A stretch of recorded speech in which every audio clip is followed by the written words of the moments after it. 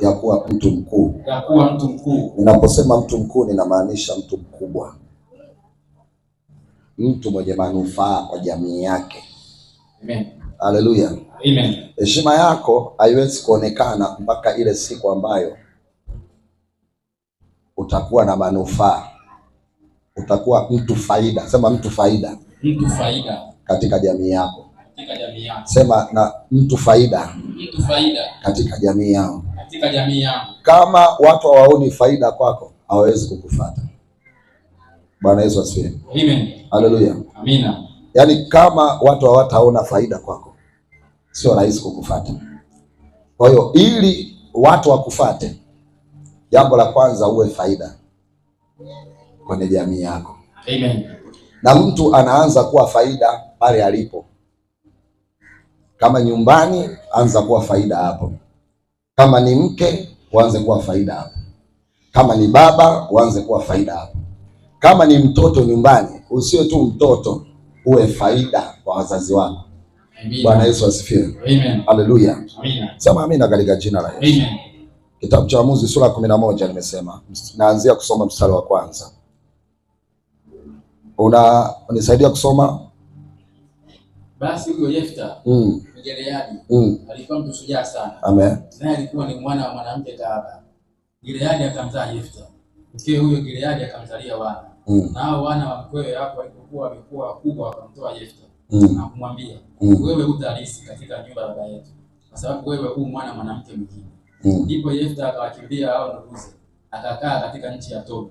Na watu mabarazuli walikwenda kutangamana na Yefta, wakatoka kwenda pamoja naye. Ikawa baadaye wana wa Amoni wakapigana na Israeli. Ukatukia hapo wana wa Amoni wakapigana na Israeli, wazee wa Gileadi wakaenda kumtoa huyo Yefta katika ile nchi ya Tobi. Wakamwambia Yefta, njoo wewe uwe kichwa chetu, ili tupate kupigana na wana wa Amoni. Yefta akamwambia wazee wa Gileadi, je, ninyi hamkunichukia mimi na kunifuta nitoke katika nyumba ya baba yangu? Amen. Basi kwani mkimbilia hivi sasa wakati mlio katika taabu? Wazee wa Gileadi wakamwambia Yefta, kwa ajili yako sasa tumegeuka kuelekea wewe tena, ili uende pamoja nasi na kupigana na wana wa Amoni. Nawe utakuwa kichwa chetu juu ya wageni wote wa Gileadi. Basi Yefta akamwambia wazee wa Gileadi kwamba wanirejeza kwetu tena ili kupigana na wana wa Amoni, naye Bwana akiwatoa mbele yangu, je, mimi nitakuwa kichwa chenu? Wazee wa Gileadi wakamwambia Yefta, yeye Bwana atakuwa shahidi kati yetu, hakika yetu tutafanya sawa sawa na neno lako. Ndipo Yefta akaenda kule na wazee wa Gileadi, nao watu wakafanya hayo kichwa tena mkuu juu yao. Naye Yefta akaenda maneno yake yote mbele ya Bwana huko Misri. Amen. Bwana Yesu asifiwe sana. Amen. Haleluya. Amina. Haleluya. Amen. Biblia inaongea kwa mtu mmoja anaitwa Yefta. Sema Yefta. Yefta. Yefta Mgileadi alikuwa amezaliwa na mama kahaba. Unajua kahaba? Mama anayejiuza. Kwa baba yake alitembea nao kahaba, akapatikana Yefta. Lakini huyo baba alikuwa na mke mwingine na watoto wengine. Sasa wale watoto walipokuwa, wakamwambia Yefta ambaye ni mtoto wa kahaba, wakamwambia kwamba ondoka hapa nyumbani kwetu, hatukutaki hapa, kwa sababu wewe ni mtoto wa mama mwingine, na sio tu mtoto wa mama mwingine, mama yako ni kahaba. Kwa hiyo Yefta akakimbia, akaondoka mbele za ndugu zake, akaenda kuishi katika nchi moja, katika mji mmoja unaitwa Tobi, akakaa huko. Lakini Biblia inasema kuna watu wakamfuata, Baada ya kukaa kule kwa muda mrefu, maisha akaendelea, akawa kama amemove on, amesahau habari za nyumbani kwao, amesahau vitu vilivyomtokea. Ikatokea sasa Waamoni wameinuka kupanga vita na Israeli, na Waamoni kipindi hicho walikuwa wamoto kwelikweli. Israeli wakati huo hawana mwamuzi, kwa sababu baada ya Joshua kufariki, Israeli hawakuwa na kiongozi mwingine. Kwa hiyo waliokuwa wanafuata hapo wakawa wanaitwa waamuzi. Sasa kwa wakati huo Israeli hawakuwa na mwamuzi, ni nani atakaye waongoza kwenda kupiga vita. Sasa walipokaa na kufikiria, wakagundua ya kwamba yule mtoto ambaye tulifukuza hapa nyumbani kwetu, kule alikokwenda kajijenga na amekuwa mtu mkubwa, na kwamba ana skills za kivita, ana maarifa ya kivita. Hatuna budi kurudi kwenda kwa yule mtu tuliyemfukuza ili aje kwetu atuongoze katika hii vita, maana tukienda kama kondoo wasio na mchungaji tutakufa wote. Lazima tumpate mtu ambaye ana skills za kivita, huyo atatusaidia sisi kushinda hiyo vita. Sema nini katika jina la Yesu. Amen. Kwa hiyo wazee wakakaa, wakasema twende tukamfuate. Kweli wazee wakatoka mguu mosi mguu pili, mguu mosi mguu pili, wakafika mpaka katika mji wa Tobu, wakamkuta Yefta amekaa pale.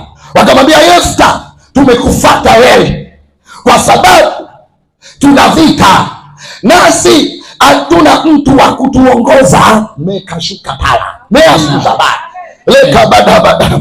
Tena wakamwambia come, njoo be our commander. Biblia ya Kiswahili inapunguza kidogo, inasema uwe kichwa chetu, lakini Biblia ya Kiingereza inasema be, uwe kamanda wetu, uwe komando wetu. Haleluya. Njoo uwe komando wetu. Haleluya. Haleluya. Mara kwanza walipomfukuza hawakujua wanafukuza na ukamanda wake. Haleluya. Wanafukuza mtu wa vita. Ngoja nikwambie, kuna watu hawakutaki leo, ni kwa sababu hawajajua kitu ambacho kiko ndani. Nimekwambia hivi, waliokufukuza huu mwaka watakapoona ule ukuu umedhihirishwa ndani yako, wataanza kukutafuta.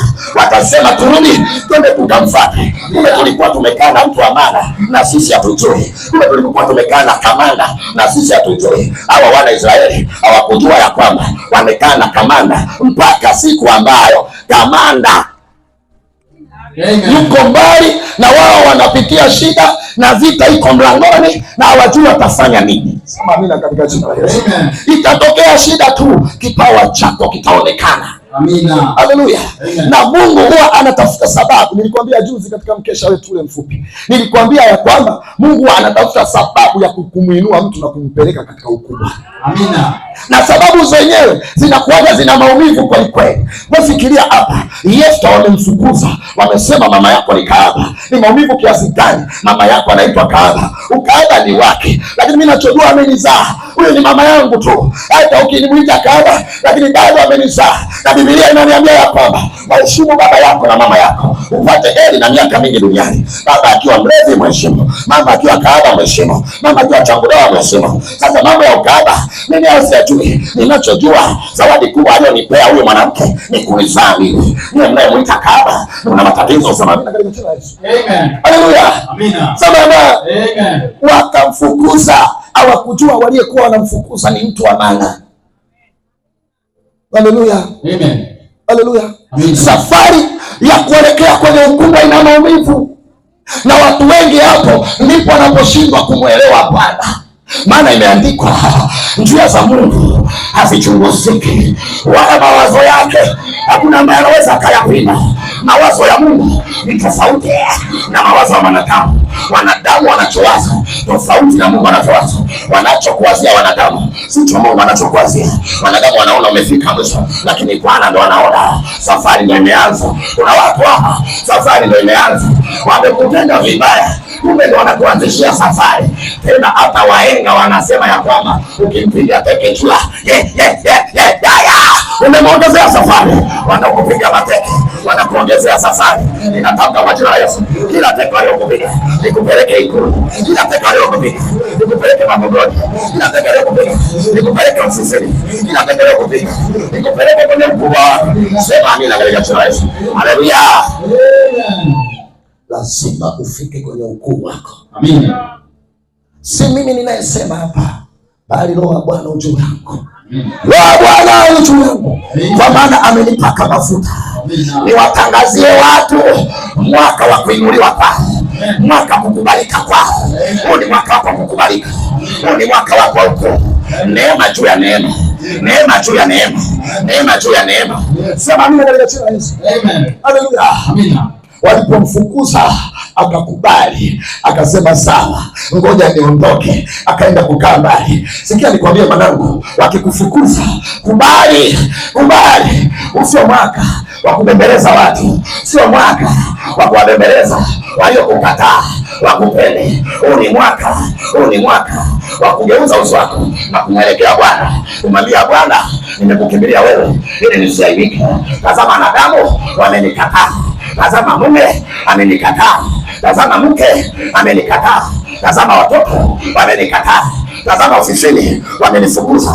Sasa Bwana, naomba nifanyie jambo, maana imeandikwa, nalikuwa kijana hata sasa ni mzee, sijawahi kuona mwenye yake ameacha. Bwana hata kuacha, hawezi kukuacha Yesu. Yesu hakuachi wewe, Yesu hakuachi, hawezi kukuacha. Ninakutamkia Yesu hakuachi, hata kuacha Januari, hata kuacha Februari, hata kuacha Machi, hata kuacha April, hata kuacha Mei, Juni, Julai, hawezi kukuacha Bwana. Atakwenda na wewe, mguu wake mguu wako, mguu wake mguu wako, mpaka kwenye huko, mpaka kwenye huko, na malaika watu wanakushangilia. Mimi hapa hata usipiga makofi, malaika wamekaa kule mbinguni wanashangilia, wanasema cheki yule mtoto ya baba anamhubiri Mungu wake, anahubiria watu wa Bwana. Hebu tumshangilie. Mbingu zinainuka zinakushangilia. Sema amina, sema amina. Kwa hiyo mimi kwenye safari ya kuelekea kwenye ukuu, wala sitaki watu wakunishangilia. Mimi ninachotaka kumpendeza Bwana. Ukinishangilia utukufu wa Bwana, usiponishangilia wako malaika wananishangilia. Sema amina katika jina la Yesu. Ninaelekea kwenye ukuu wangu, ninaelekea kwenye ukuu wangu. Japo ninajikongoja, japo ninajikongoja, kuna wakati naondoka, lakini ninajivuta, ninajivuta mwana wa Mungu, ninajivuta mwana wa Mungu, ninajivuta mwana wa Mungu, ninaenda mwana wa Mungu. Ninaelekea, wala sibaki hapa, ninaenda, ninaenda, ninaenda mimi. Hata hivyo hivyo ninaenda, japokuwa watu wanaona kama nimefika mwisho, sijafika mwisho. Safari ndio kwanza imeanza. Sema amina katika jina la Yesu. Haleluya, haleluya, haleluya. Walipomfukuza Yesu walizani kwamba wamemweza. Walipomwambia Yesu ondoka kwetu, wakasema atakosa sehemu ya kulala. Walipomtenga Yesu wakazani kwamba atakuwa mpweke, lakini Biblia inaniambia hivi, Yesu alipoamua kuondoka, Biblia inasema kuna mashujaa mandara zeketeketereba rabadabadaba. Sema amina katika jina la Yesu, sema amina katika jina la Yesu. Ngoja nikwambie, Biblia inasema na kusoma Biblia ya Kiingereza, so Jephthah fled from his brother and settled in the land of Tob, where a group of adventurers gathered around him and followed him. Wakati Yephthah ameondoka, wale wakasema ataenda kuwa mpweke, lakini nachotaka kukwambia, kuna watu wakasema hapana, ngoja tumfuate. Kuna watu wakamfuata. Ukianza safari tu ya kuelekea kwenye ukuu, kuna watu watainuliwa na Bwana, utashangaa. Haya, kwanza hapo ulipo, kuna watu wanazuiliwa, lakini wakikufukuza, kuna watu wanafunguliwa. Na eneo ambalo tunakaa, mengi yanazuia watu wa maana kwenye maisha yetu. Kuna watu wa maana ambao ukianza safari tu wanaanza kuja. Huyo ameanza kuelewa. Sema amina katika jina la Yesu. Haleluya. Walizani ya kwamba atakuwa mpweke, lakini mtu wa Mungu watu wakamfuata. Kwa hiyo watu wakikufukuza kwenye maisha yako, sikia manangu, usilie, usiogope. Ni kweli inaumiza. Hata si wengine tulifukuzwa na wazazi wetu 17 years old, miaka 17, tuko zetu mtaani, hatuelewi hili wala lile, ajua letu mvua yetu. Miaka 17 tukawepo huko mtaani karibuni miaka 9. Nyumbani unakwenda kwa manati, unachungulia, unaogopa baba yako asikuone. Kama ukienda unaenda kwa kuchungulia, unaishi zako mtaani, unakula zako mtaani, unafanya yote mtaani, mpaka unaamua unakuwa jambazi, unakuwa mtu mbaya. Jamii inakubeba vibaya, inakuchukua. Miaka 17, lakini hiyo miaka yote 17 Bwana alikwenda pamoja na mimi. Aliyekwenda pamoja na mimi atakwenda pamoja na wewe. Sema amina katika jina la Yesu. Haleluya. Kuna nyakati nilitoka kuishi maisha ya kishua. Mimi usiangalie hivyo, mimi nimeishi kishua. Mimi hapo unaniona. Maisha ya kishua nayajua. Maisha yale ya baga, ndizi 8, mayai, chipsi ile zege nyinyi mnaweka mayai mawili, mimi natia 8. Nimeisha maisha. Sure, I'm telling you. Kwa sababu hivyo vitu viko, afu wazazi hawapo, wamekuacha peke yako.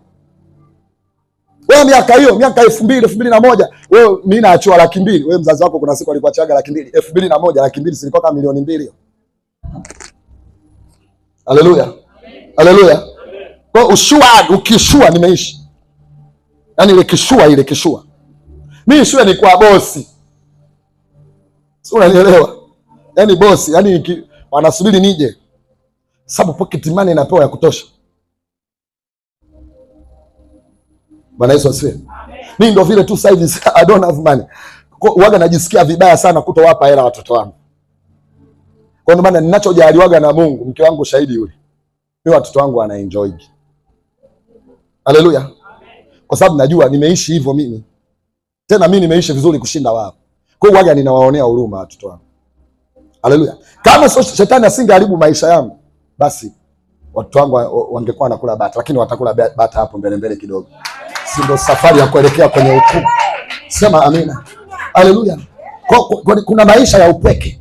Kuna maisha ya upweke. Na maisha ya upweke yanaumiza.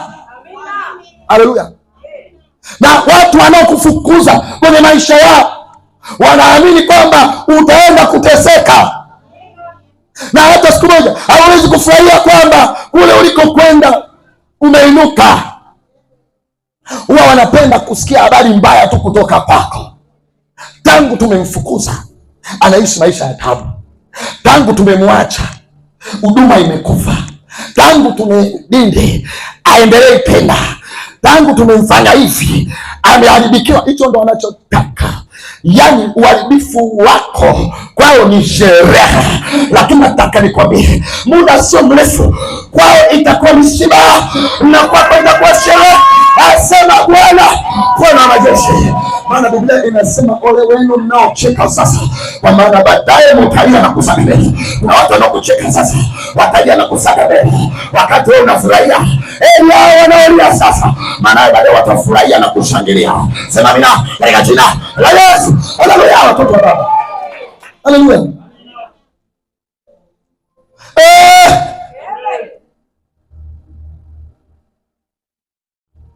Mwenzako, nimejifunza kukaa muda mrefu kwa Mungu. Haleluya. Wafikiri kwa nini mimi napitaga miezi fulani alafu nasema naenda zangu kukaa kanisani muda mrefu? Kwa sababu I know mimi hapa najua ndo sehemu yangu iliyoniinua.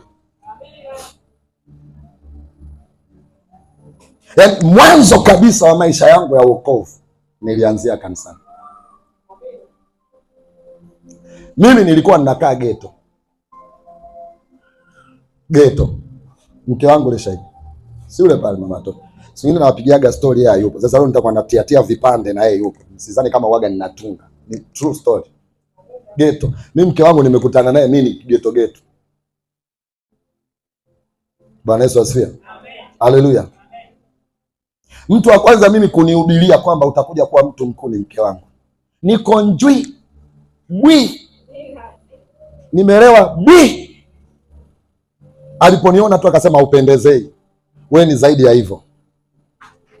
Kwa mara ya kwanza kwenye maisha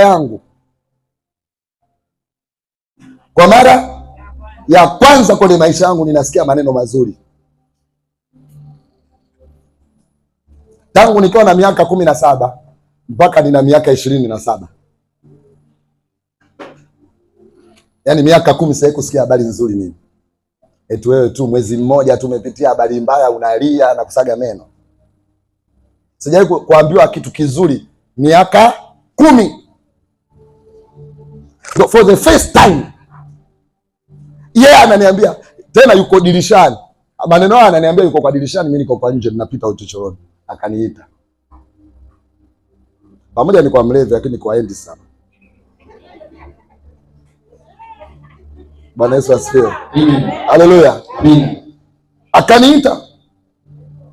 Akaniambia, yaani wewe mtu poa sana. Mtu poa sana. Wewe fikiria jamii yote haitaki kuongea na wewe, yenyewe waga inaamini kama yeye ni mtu mbaya tu. Hamna mtu anakaa na wewe chini, yani kuongea na wewe. Anayekaa na wewe chini kuongea, mtaongea utumbo, habari za ulevi tu. Au mtu akutume. Yaani hao watu wa manamana madingidingi hao walikuwa walevi hawa kwa mtaa huo. Ili wasikabwe walikuwa wananitafuta mimi. Wananilipa ili muda fulani mimi niko baa fulani. Kwa hiyo muda fulani ikifika njoo basi unichukue unirudishe nyumbani. Kwa umaana wao ndio walikuwa kwenye hapo. Bwana Yesu asifiwe. Amen. Lakini kuna kitu pale kilikuwa kinatabiriwa kwamba mimi naweza kuwasogeza watu kwenye sehemu nzuri. Amen. Bwana Yesu asifiwe. Amen. Haleluya. Amen. Kwa hiyo mimi nilikuwa nafanya hivyo. Kwa hiyo mtu wa kwanza ananiambia maneno mazuri, siwezi kusahau mimi kwenye maisha yangu. Ukiacha labda mama yangu mzazi, siwezi kusema mama yangu hajawahi kuniombea. Amewahi kuniombea.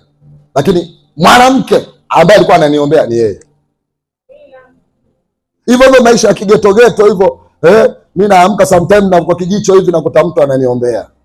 Ananitia upako. Uzuri mimi nilikuwa simuingilii kwenye mambo yake ya kimungu. Na wakati akiniambia siku ni mkesha, si nitende nikusindikize. Na msindikiza mimi narudi kwenye mambo yangu. Bwana Yesu asifiwe. Amen. Haleluya. Amen. Kwa mara ya kwanza kabisa ananiambia haufai kwa hivyo. Niko bwi. Unajua bwi? Yaani natambalia ukuta hivi. Alivyoniita nikaenda pale kwenye dirisha hili, mimi nikaenda pale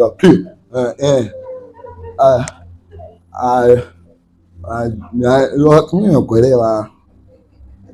Usiwe hivyo. Yaani ujue wewe ni mtu mzuri kabisa. Yaani wewe siku yani watu watakuja kushangaa ukiamua kubadilika. Yaani nimeelewa, lakini maneno aliniingia. Yakaenda yakakaa huko ndani. Huwezi amini, kuanzia kesho yake. Sio nilikuwa sinywi. Nikaanza kutokunywa kwa kumwogopa yeye. Sio mchumba wangu, sio mpenzi wangu. Nikaanza kutokunywa kwa kumhofia asinione nimelewa. Ushauri wake niliupenda.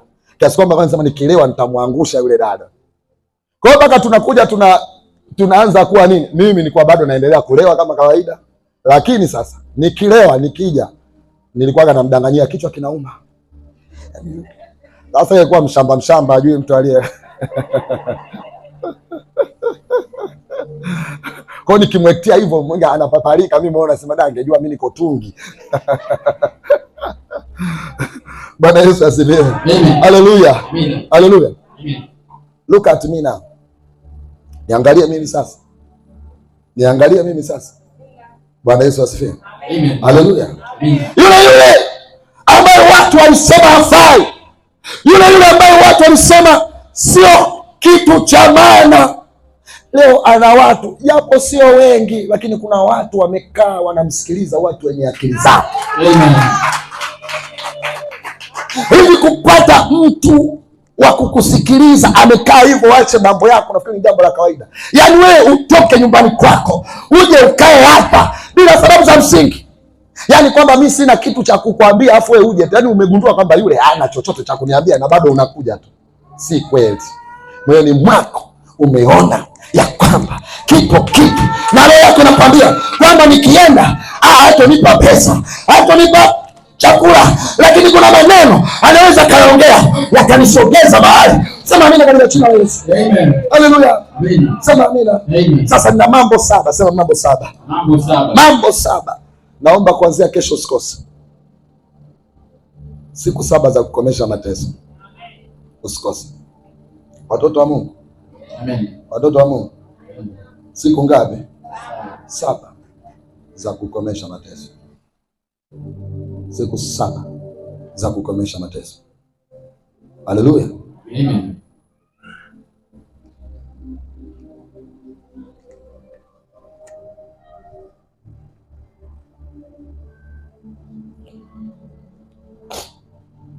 Safari